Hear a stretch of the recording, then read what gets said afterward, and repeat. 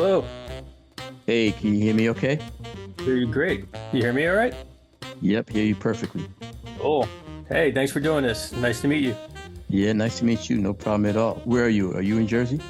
I'm in New Jersey. I'm in like by the Jersey Shore area. If you know like Asbury Park, Red Bank. Yeah. Not Yeah. far. Oh, sweet. Yeah, yeah. Cool. Well, I've enjoyed your music for a long time. Oh, So thank you, man. it's a pleasure Thank for me. you. Cool. Thank So you. yeah, we're gonna be promoting your show at Carteret. Hmm. That is on the 6th of June. Yeah. And if we could just start off, maybe let me know about your current tour, who's in the band, and maybe what kind of repertoire you're playing on tour.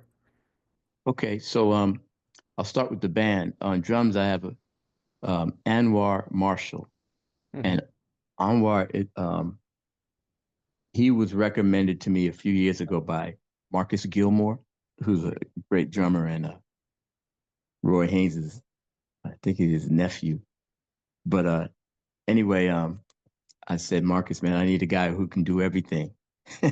And he goes, this Anwar's your guy. And Anwar's father was a bass player in Philadelphia, R&B bass player, but he turned his kid on to everything, and he's just a tremendous drummer. On keyboards, Xavier Gordon from Atlanta, lives in LA now. Uh, Another guy who's just got wide range, but goes deep in every style. It's not like he just plays a little bit of that, a little bit of this. He's a very well-rounded, tremendous musician. On saxophone is Donald Hayes.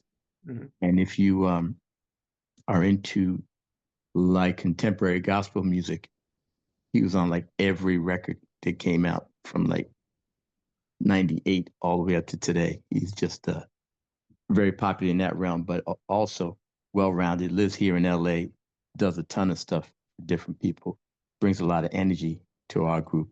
And then on trumpet is Russell Gunn. You familiar with Russell Gunn? Oh, sure. Yeah.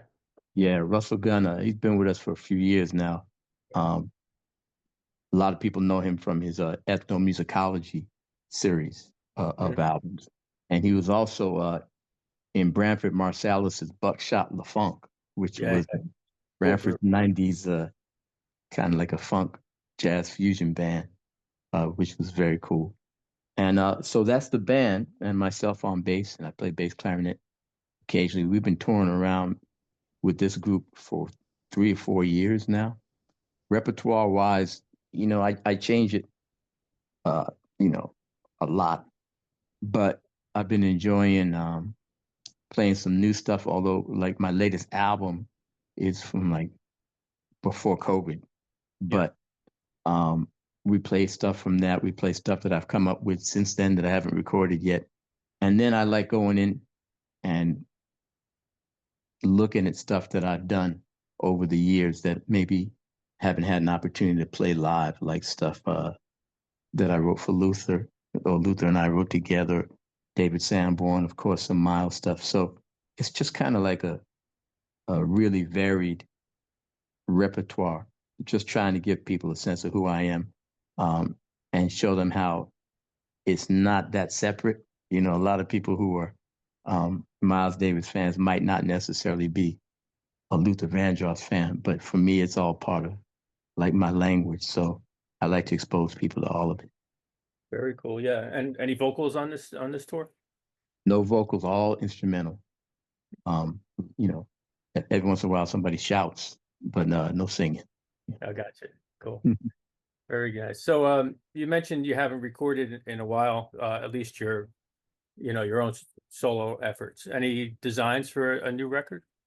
Oh yeah, I'm working on it now, and I'll probably have something out in the next month or so. At least like putting out singles that'll eventually be part of an album. But I've been working on that pretty extensively for the last 3 or 4 months. Okay. And with the touring group or other musicians?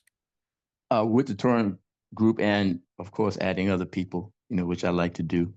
Right. Um, People call it a phone book album, but I'm looking at involve all the people that because like you said, it hasn't been my own album that I've done, but uh, man, I just got back from International Jazz Day in Abu Dhabi with Herbie, playing Mm. with all these incredible musicians and been doing a lot of different stuff and in contact with a lot of great musicians. So I'm gonna see how many of them I can get involved. Yeah, yeah. No, I know. I know you're never not busy, but Hmm. yeah, I know a lot of us have been waiting for a new Marcus Miller album for sure. Yeah, it's time. Yeah. Cool, man. So, if I can go back, one of the questions I was always curious about. You grew up in a musical family, right? Hmm. Okay.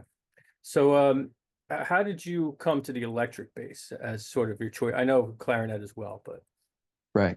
Let's see. Dad was a piano player and an organist, Mhm. basically classical music, Bach, Beethoven, Brahms, hymns in church. It was a African Orthodox Episcopal Church, which is basically a West Indian version of the English Protestant Church, right? Okay. My grandfather, my dad's dad, was a bishop in that church. So my dad was playing the hymns, man. He could read, in the hymn books, they have the 4-part harmony, soprano, Mhm. alto, tenor, bass. My Right. dad could read that stuff like he was reading like a children's book, and Yeah. Amazes me.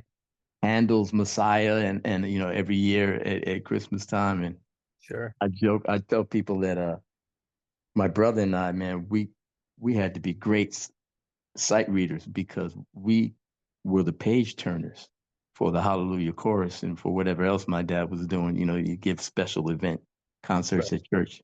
And so, man, we'd be there, man, and we didn't get that page turned 2 bars from the end, we could Right. destroy the whole Hallelujah chorus. We're Sure. 8, 10 years old, man. That's a lot of responsibility, man. But we got to be some bad page turning dudes, man.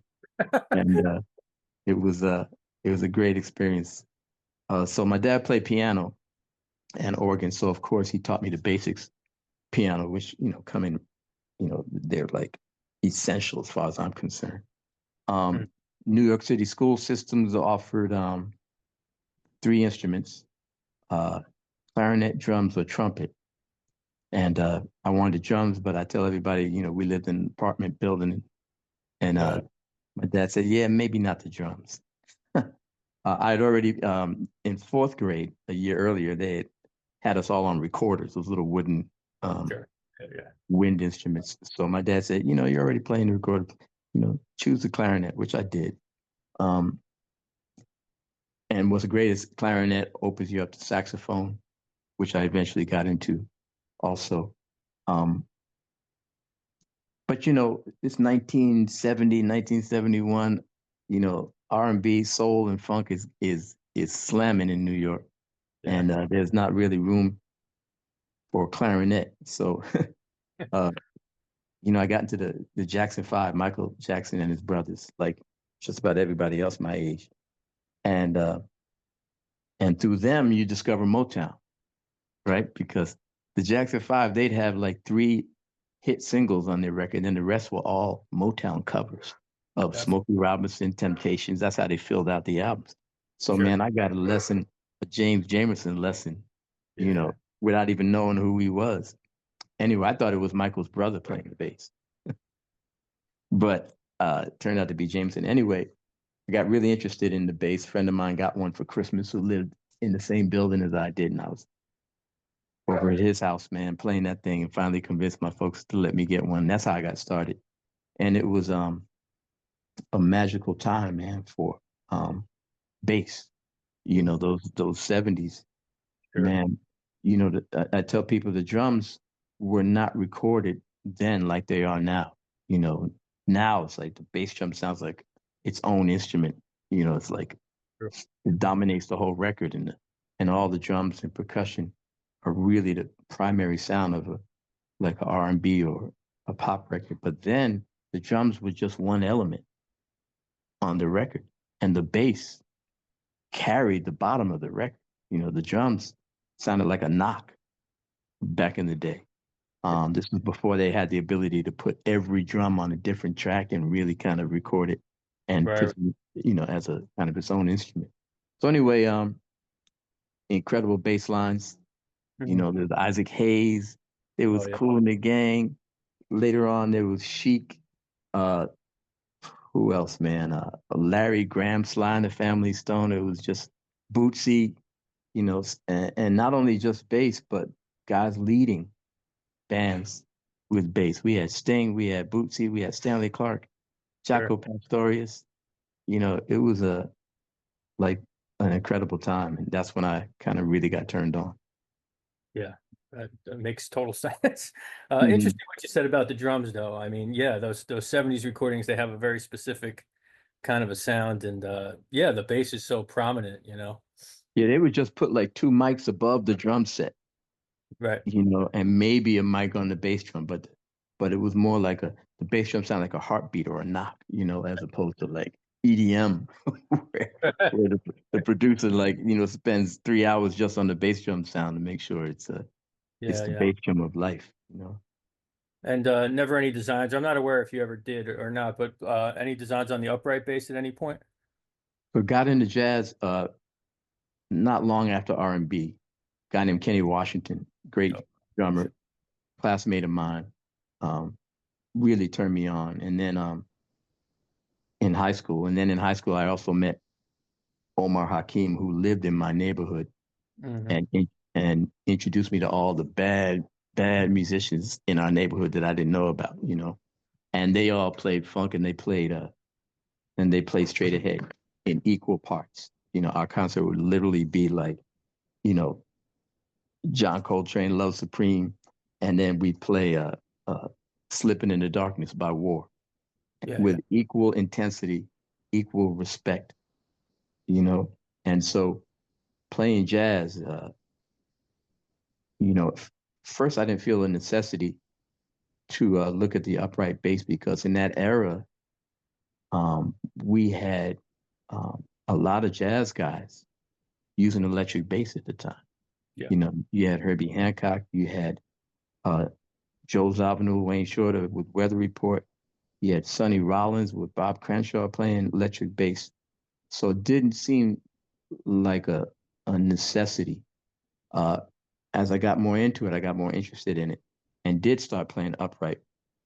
Um, but I already had a double, right? Because in school, I'm playing the clarinet, Sure. and so I played the upright bass, loved it, loved the sound, didn't love standing on Broadway waiting for a cab that would pick me up to get me to the gig with the upright.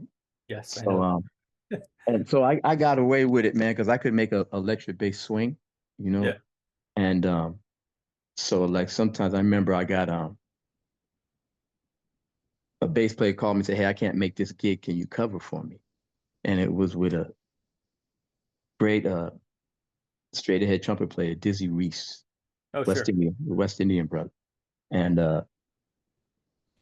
he saw me walk in there, man, with that electric bass. He said, "What is that?" And he's ready to give me some grief, but I made sure we were swinging, and won him over.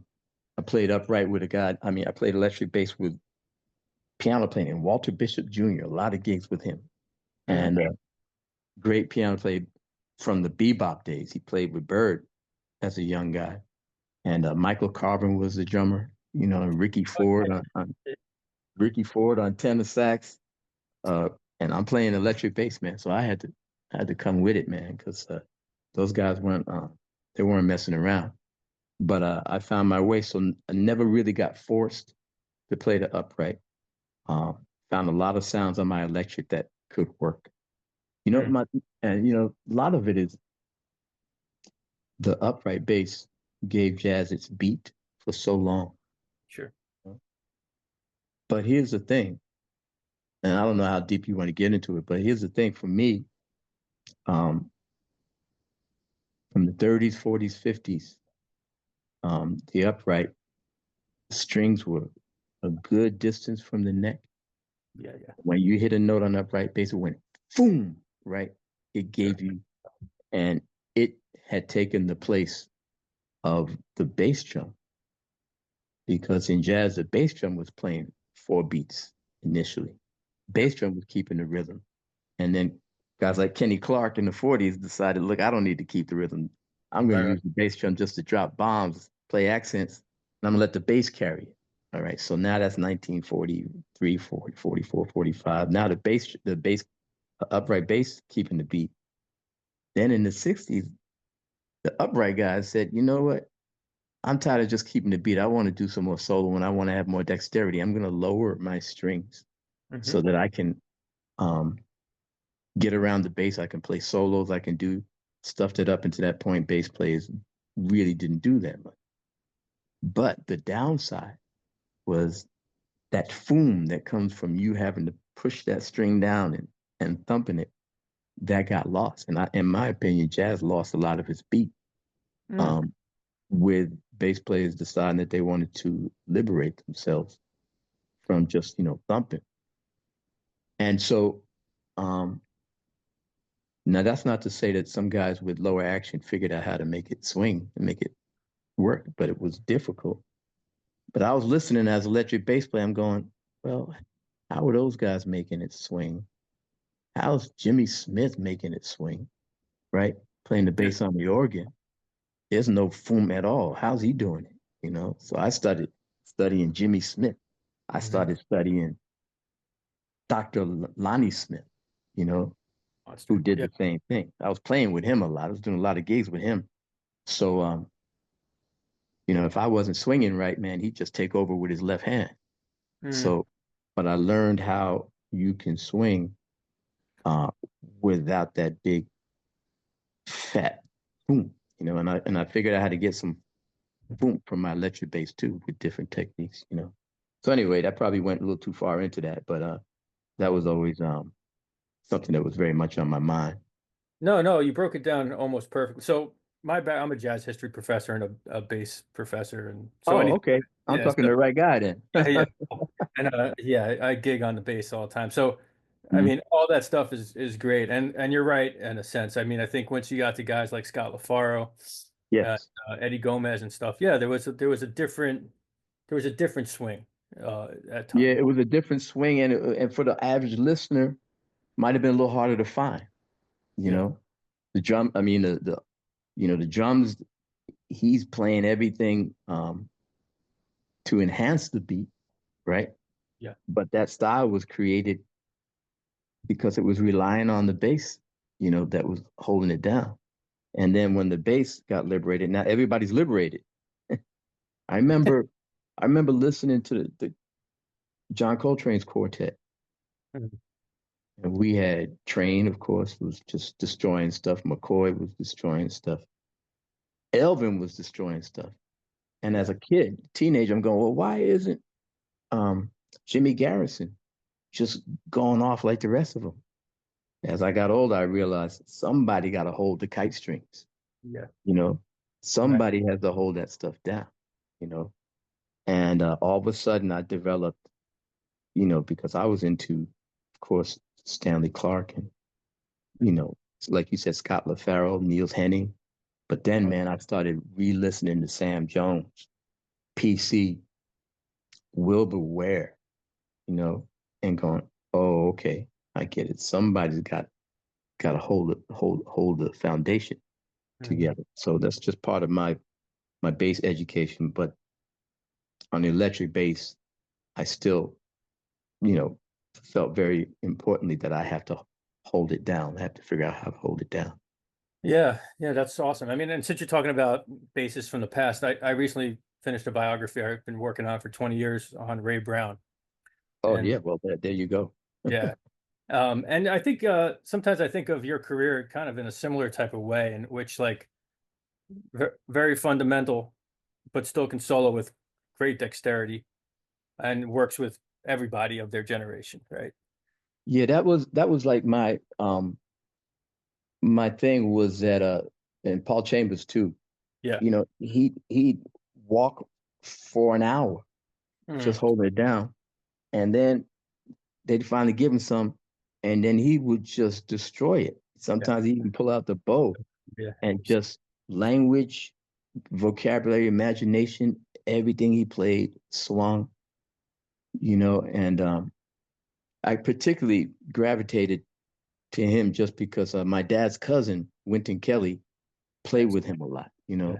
and I wish I would gotten to know Wynton Better, he died when I was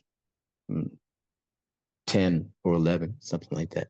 But Kenny Washington gave me every record that Wynton ever played, you know, and I became the hugest Wynton Kelly fan, you know, and knew The trio everything that he stuff, did. oh man, with the stuff with PC on it, it was Yeah. just incredible. And consequently, PC was my guy, you know, and then later on, um, you know, Wynton had a trio with PC and Jimmy Cobb, Yeah. and they did a lot. They did a lot of Wes Montgomery stuff together and did their own gigs.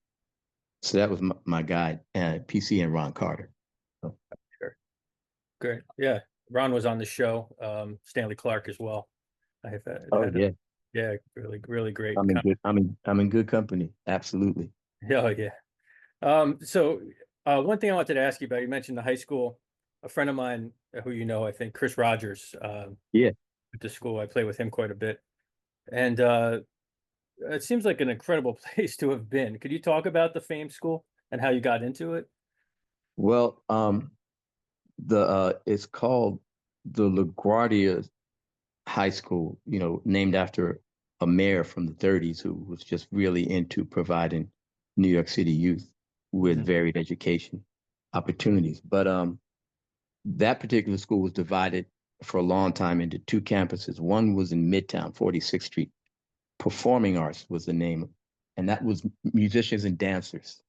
Right. And then Uptown, 135th and Convent, was Music and Art, which was musicians and artists. Mhm. And we all went to the one Uptown. I think the difference probably was at Performing Arts, you were going to go directly into performance from high school. You know, you were going to audition for uh, either for, you know, a symphony, or you're going to go to a music conservatory, right? Music and art, you're going to get a very solid music education. But if you decided you wanted to go to college and explore something else, you could. And so music and art seemed like a better choice for me, particularly since my dad went there. So it really wasn't a choice at all. I, Yeah. I was going to music and art, you know, and Wynton went there too, actually, you know. Oh, wow. Okay.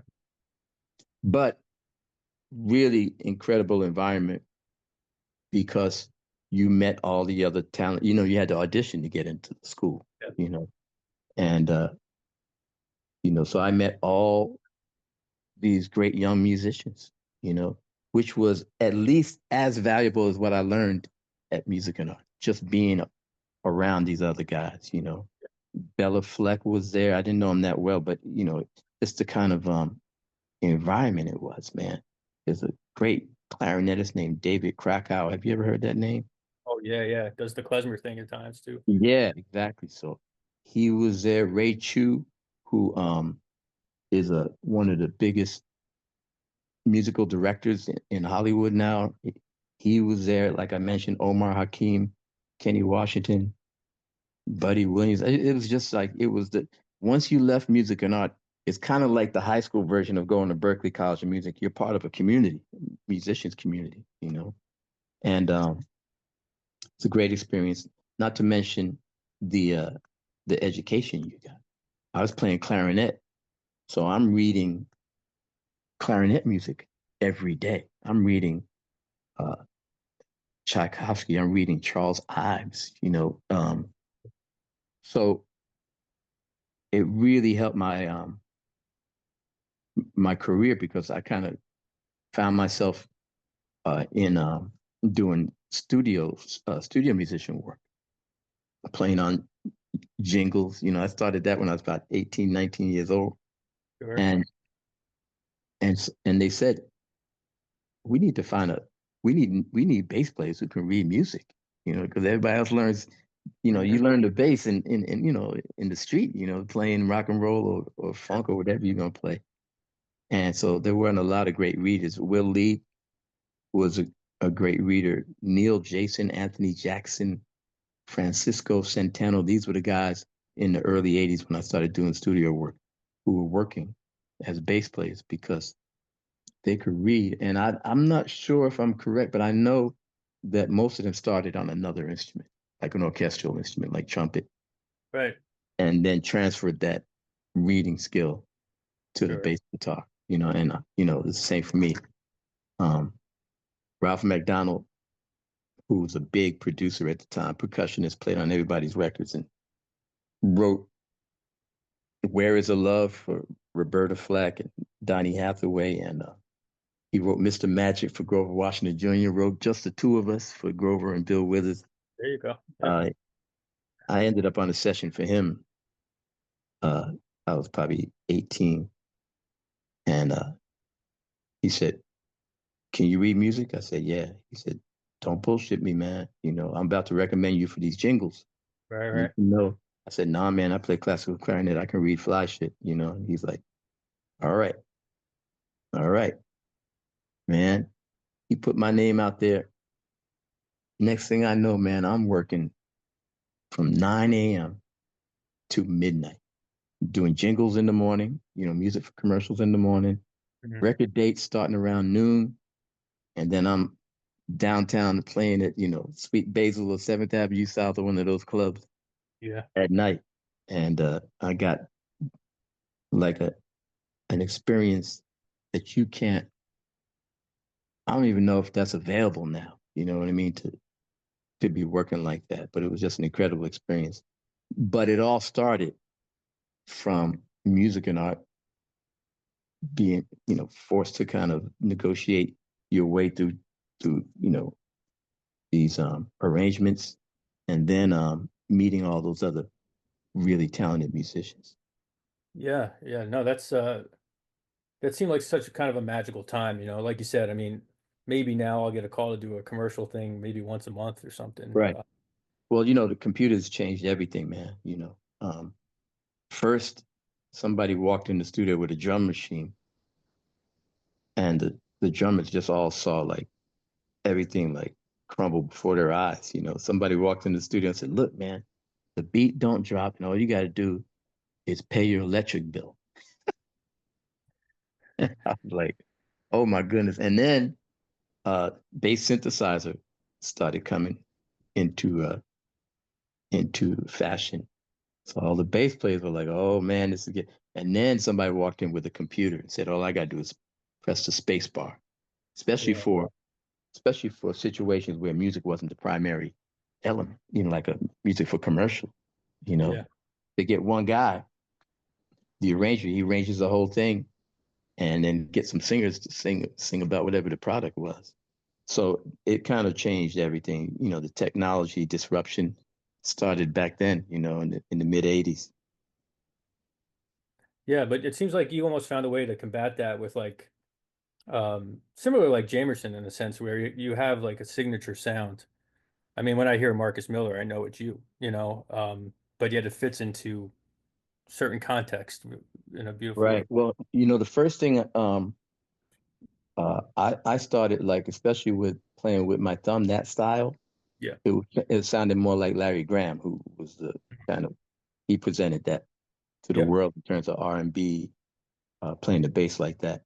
But once it got to the 80s, man, and I'm playing with all these sequencers, you know, I started using a brighter sound Hmm. that could meld with these. Lots of times the producers would say, "Hey, man, um, I got the track laid out. I got synth bass on there, but I need a little bit of a human being in there. Can you double the bass line or can you add to the bass line?" And I come in with this really sharp sound that could make it through all those DX7s and all the stuff that was popular then. And I found a way. I remember there's a guy named David Gamson, and David Gamson was this producer and arranger, and he had a group called Scritti Politti. And Scritti Politti was like on the cutting edge of this kind of technology driven pop music, and they were great. I mean, Miles loved them, um, but he would call me, and I come to the studio. I say, "Am I the only human on this record?" He said, "Yes, you are." And I found a way to meld with that, and it was a survival thing, uh, Yeah. at that time. But yeah, and just having a identifiable sound, I think really helped because it's not just a bass; it's just like a personality that Right. work in different situations. Yeah, no, it's pretty remarkable, how you were able to do that. And I think like, going in around that time, you're working with the Saturday Night Live band, I think, right? Yep. So you're doing all the things. Saturday Night Live, studio sessions. Oh man, it was nuts, you know. And I know a lot of talented musicians now. And I said, man, if you were born 20 years earlier, man, there was so much work you could have had. I don't want to hear that, man. I said, yeah, I know. I I, shouldn't I, tell I, you, I but dream of that. No, there's I came at the tail end of that, and it is. But yeah, like a lot of things you said there too. Music school, I haven't gone to Berkeley like you had mentioned. mhm, A lot of the learning, and my students sometimes don't really get this, teaching at college. Like it's your peers getting together jam sessions after the classes, right, working on right. the, and that's the hang. That's how you learn. Yeah. That's at least half of the benefit, probably more. I Yeah. had, there's a drummer named Mark Sherman.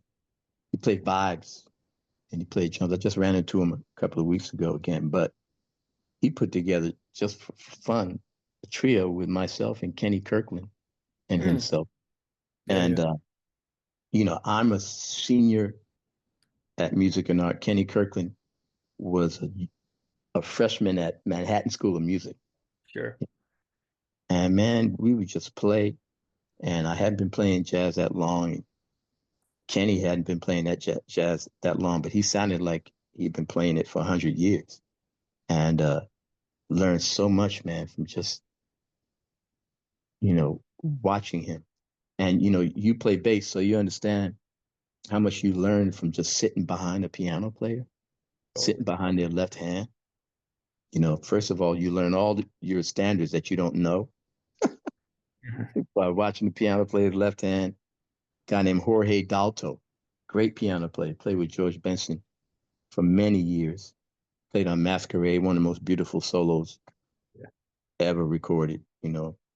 And Jorge was just a beautiful guy, and he'd have his own group. I'd do gigs with him. He called tunes, and I said, "Man, I don't know that one." He goes, "Don't worry, just watch my left hand." And Mhm. you watch his left hand, you eventually learn that he's not always going to play the bass. Yeah. Lots of times, his pinky, his left pinky is going to be on the third or the seventh.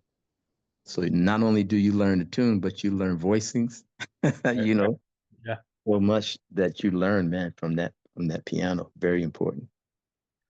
Yeah. And that's a bit of a lost art sometimes now with the tech, you just pull up your iReal Book Pro or whatever it be and Oh man. the chords. But I um mean, yeah, of course that helps, but there's nothing like being in right in the middle of it.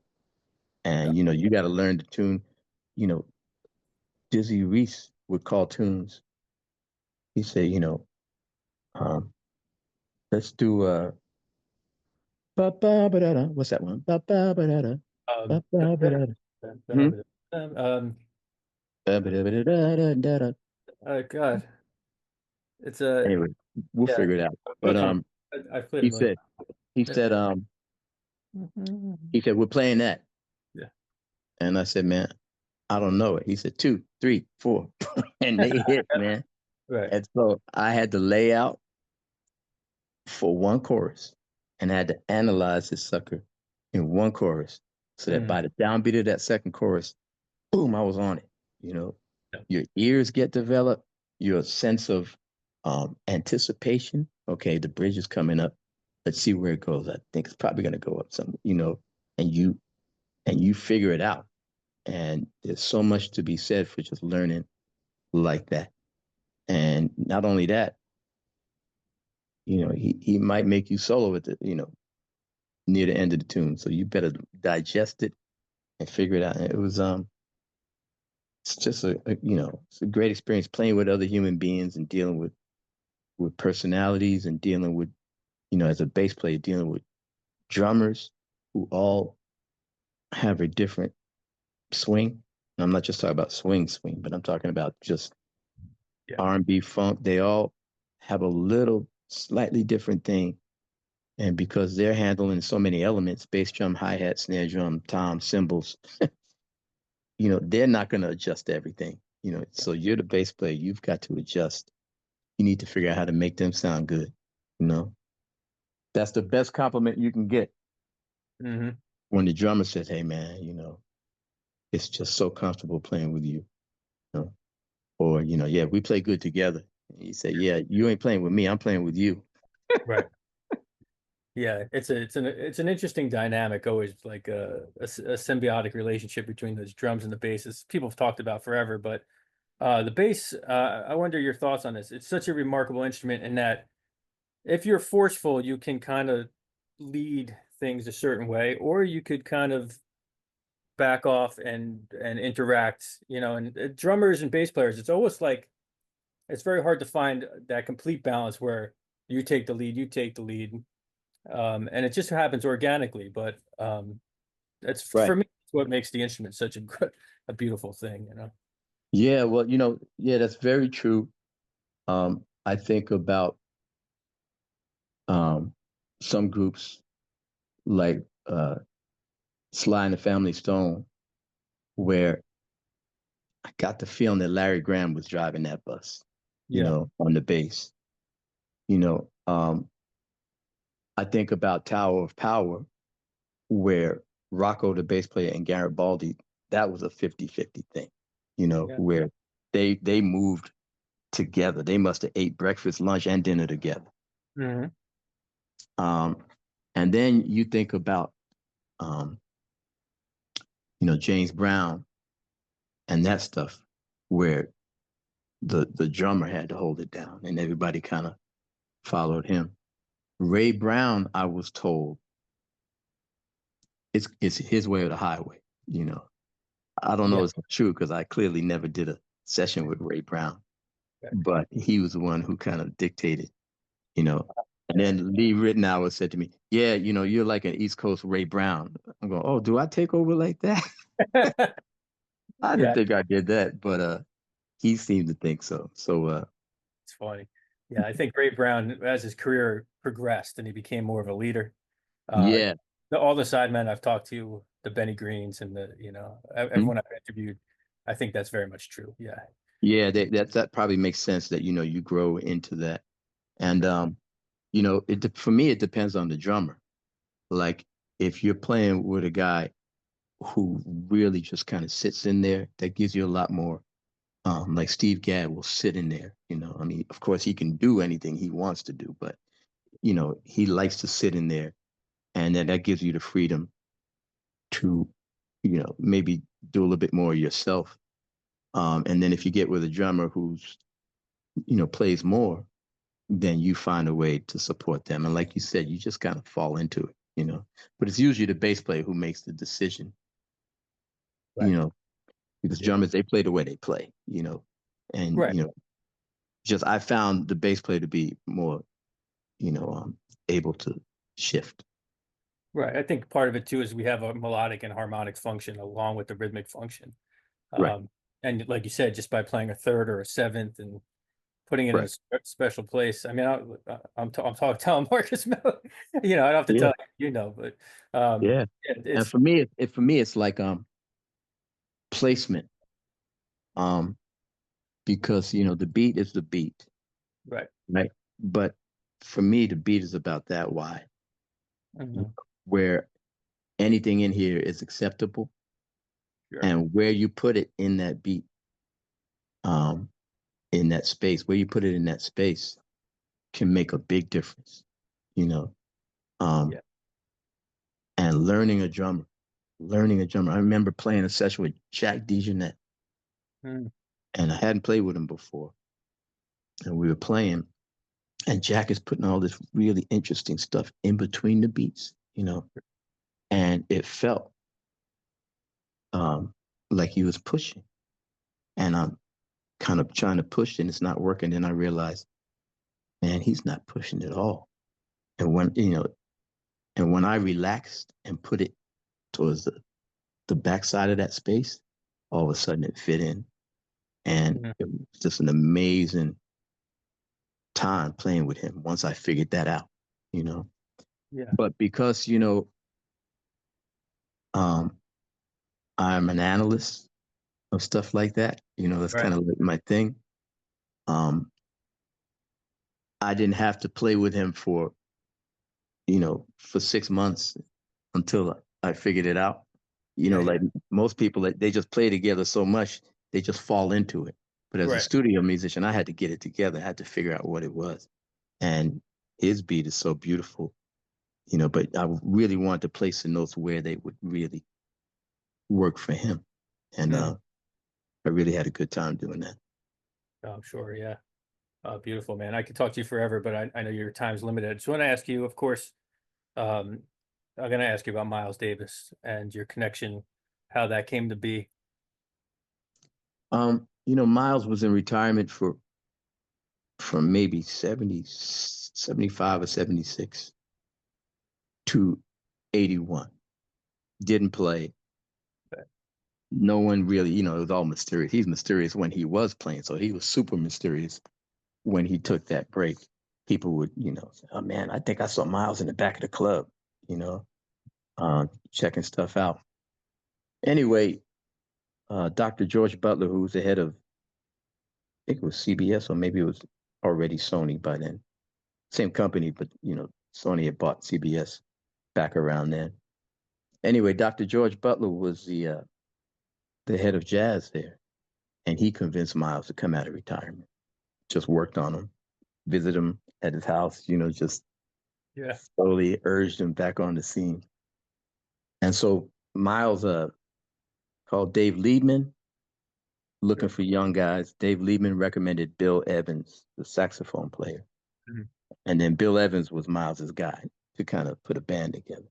And Bill Evans was the one who recommended Miles call me. So I got a call from Miles.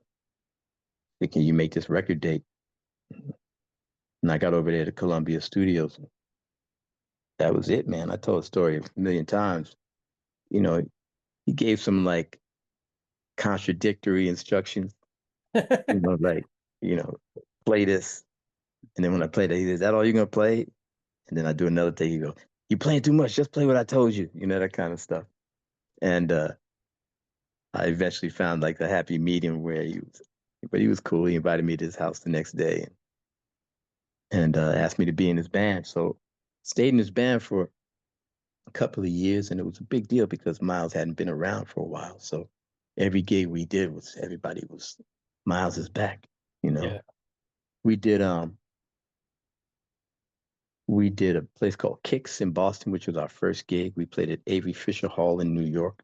Mhm. That was our second gig, and then I think we went to Japan and played in front of. I don't think I've ever played. The only time I played to more people was I did Live Aid Oh, back in okay. the '80s with Brian Ferry. But aside from that, I couldn't see the end of the audience in Japan. Everybody was so excited, Yeah. and you know, he wasn't in the best of health uh, during the year and a half, 2 years I was with him. Um, he got married to Cicely Tyson. Mhm. She nursed him back to health. They had been together back in the '60s, and now they're back together in the '80s. And she nursed him back to health. I had left. I told him, look, I want to, do more development as a composer and a producer and stuff. He gave me his blessing. You can imagine how nervous I was to tell him that, but something I felt like I had to do. Right. Anyway, a few years later, he leaves Columbia or Sony. I still can't remember which way it was at that time, but he left. He went to Warner Brothers, who in Mhm. the interim I had been working with David Sanborn, Al Jarreau, like the Warner Brothers artists. And so Tommy LaPuma, producer at Warner Brothers, said, hey, Miles is over here. You got anything? Because I had been writing for all those other artists. And that's when I came up with Tutu. And that started like my second relationship with Miles, where we were working side to side on 3 albums. One was Tutu, one was a movie score called Siesta, and the last was Sure. Amandla. Mhm. And we got really tight then because that's when I got to hear all the stories, all the bebop stories, Huh. just everything, man. One time he goes, I got these designers making me clothes, but I can't tell what I look like when I have the clothes on myself. So come over here, you put the clothes on. That way I can see what they look like and I can decide whether I like them or not. That's a scene, man. Yeah. So I put the clothes on, man, and I walk around like Miles, doing all the things that I see him do. And he said, I don't like that. You keep that. I said, and I'd stuff it in my bag. Man, we had fun like that. And when you know, I was I called him the day I got married. I said, Miles, man, I'm nervous, man. We don't get married till 4 o'clock in the afternoon, man. I'm just sitting here in the hotel. He said, man, do some push-ups and drink some orange juice. And I said, what's that do? He said, I don't know, just do it. Did you do it? Yeah, I did it. Didn't have anything else to do, didn't help at all. But but it was cool. And then I just heard him just talk about music and just to be around the guy, you can imagine was incredible. And I caught him at a good point, because he was, Sicily got him straight, so he wasn't doing what he was doing before, and I could really hear. You know what he talked about all the time? The 40s. Huh. You went to Berkeley, right? Yeah. So, those are memories that you'll never forget. You're 18, 19 years old, it's your first adult memories, and Mhm. the 40s were like that for him. He went from St. Louis to Juilliard, but that was just to get to New York. Yeah. And then he finally found Diz and Bird, who he had been searching for. They had visited East St. Louis earlier, maybe a year earlier. So once he found them, man, he was where he wanted to be. So what I heard was stories about Bird, Diz, Dex. Um, he and Max Roach were really tight. They were like the same age, I think, and Yeah. going through their trials and tribulations playing with Bird. Um, that was beautiful. How much he loved Bud Powell, Oh, although Bud Powell, um, he had emotional issues. yes. You know? So, you know, Bird, you gotta get Bud back in the band. Bud's too unreliable, gentlemen. And if Charlie Parker's calling your ass unreliable, I was gonna say, yeah. you're an unreliable dude. But they kept, whenever Bud got a little better, they'd bring him back and try to convince uh, Bird to put Bud back in the band. So all these kind of things, man, that I'll tell you what the most important thing I found out was that he was a human being. Because a lot of the people study these guys in school and they revere them on a level that sometimes is unhealthy because they're like, these are the gods, and Right. our job is just to kind of continue the tradition that was created by these gods. They become uh, these unattainable figures. And if you feel that way about them, you'll never attempt to try to do what they do. Yeah. Like imagine if Miles revered Diz for the rest of his life, like he did when he first came on the scene, right? At a certain point, he broke off, Yeah. right? Certain point, he said, look, I have my own thing. I wish I could play like Diz, and I'm getting close. But somehow he realized that he didn't need to, you know. And Charlie Parker, man, if he had just patterned himself after Johnny Hodges and just did that for the rest of his life, or John Coltrane, you know, playing like the guys that he admired. Train played alto at first, and Yeah. he's trying to play like Bird. Definitely. But you know what? These guys somehow found their own space. And for me, that was important. Not that I could ever hope to achieve what they did, but it did encourage me to find my own space and really kind of squeeze whatever juice I could get out of that.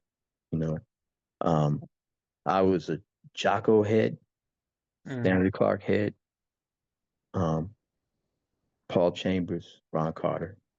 I love Rocco, of course, you know, like everybody did. But Omar Hakim said to me when we were seniors in high school, okay, we're finished listening. And I said, what do you mean? He said, we're not listening to our heroes anymore. And I said, why not? He said, because we got to find our own thing. Don't ask me how he got to be so wise, because we were like the same age, you know. Pretty bold, yeah. But he was already an incredible drummer, especially for his age. I mean, he was already doing gigs and traveling. And so I was like, okay, we'll stop listening. So I didn't completely stop listening, but I got the message, you know. And then I ended up in a hotel room with Jocko. You know, he told me to bring my bass. Sure. No, he didn't tell me to bring my bass. He had a bass, so he just said, come visit. And I came up and, you know, he asked me to play for him. And I said, okay, that's the moment I decided I didn't want to be a Jocko head anymore, because I realized you're going to end up like in the same space with this guy. And you're going to feel like, you know, a fraud, you know, like, what are you doing playing his stuff in front of him? So meeting these guys really kind of, if you can see it, meeting these guys really will give you the inspiration to at least try to find your own thing. Yeah. I think you make a really good point. I mean, being able to do what I do, talking to people even when they were Oscar Peterson, Mark Smuller, you know, Ron Cart, George Benson, you got, I mean, very accessible. If there's a human, you know, Right. And everyone has tried to craft themselves in a certain way, and I think that's an important thing for young musicians to know. And also, you know, there seems to be a time where trying to emulate your heroes is a thing, and then there has to be a time where you become your own voice. Yeah, and you don't have to. A lot of people do very well sounding like somebody else for their whole life, you know. But if your goal, or sounding like different people, like, you know, oh, this song I can play in so and so style, it's gonna work, you know. There are musicians who do that. But if you really want to, you know, the other thing for me was the environment in my hometown in Jamaica, Queens, where that was really valued. Like if you park your car to go to the jam session, you're a block away. You already know who's there because you can recognize their style.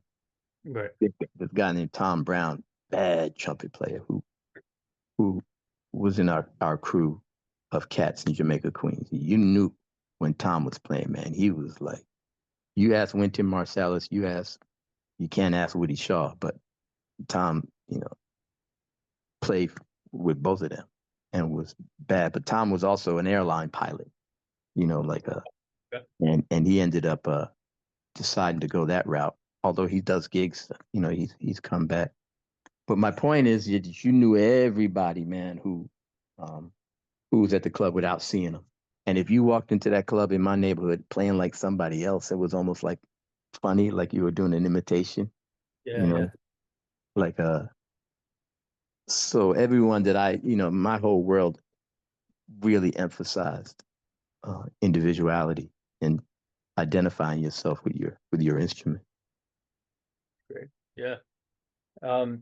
I don't want to keep any longer, but thank you for as much time as you've given me. It's a pleasure, man. The one question I did have, ever think about doing a biography, autobiography, anything like that?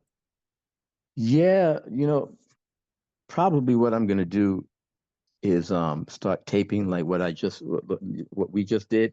Yeah. Just taping them, because none of the ideas come to me until we're in a conversation. None of the memories come until we're in a conversation. And then all of a sudden you go, oh yeah, I haven't, you know, that did happen. So I'm probably just going to record a bunch of audio things and then kind of cull a biography out of that. Yeah, that's a good way to do it. Yeah. I mean, if ever I could be so bold, if you're ever looking for some help with that, it'd be a pleasure. Oh, thank you, man. Yeah, you said you're just working on Ray Brown? It's out. The digital version just came out. The hard copy is supposed to come out. There was a fire at the or Mm, something, so I'm waiting for it. But yeah, I did Ray Brown. I write for Downbeat some and hmm this Jersey Jazz magazine. But hmm now that I'm done with the Ray Brown, which was I I'm mean, sure. talk about an undertaking, right? I'm Uh, sure, man. yeah, definitely Like, always good stuff. like, does he go back to the mid 30s? No, not so much. More like the early 40s, Early 40s. Yeah, really his first big gig was with Dizzy and kind of like Right. a chance meeting, Some I territory. remember seeing some video of him in his band. He looked like Robert Hurst. Robert Hurst looks like him. Yeah, you know what? I never thought of it, but you're actually right. They when he was younger, yeah. Yep. Yeah, Mm. yeah. Totally, man. Anything I missed that you'd like people to know about? Nah, man, that's enough. That's probably too much. Nah, Just, never too just much. you know, I hope they'll enjoy the show, man. The band is good, and we have a really nice time. Excellent, cool, man. I would love to go right now. I'm dealing with I'm sitting here with a cast on my Oh foot. man. So I'm not Oh, playing man. much this week, a couple weeks, but Ooh, if ooh. I can figure out a way. Yeah. All Anyways, right, no, but get better, man. I will. Pleasure meeting you, man. All right, you too. All right, you take care. You too. Thank you. Have a good one.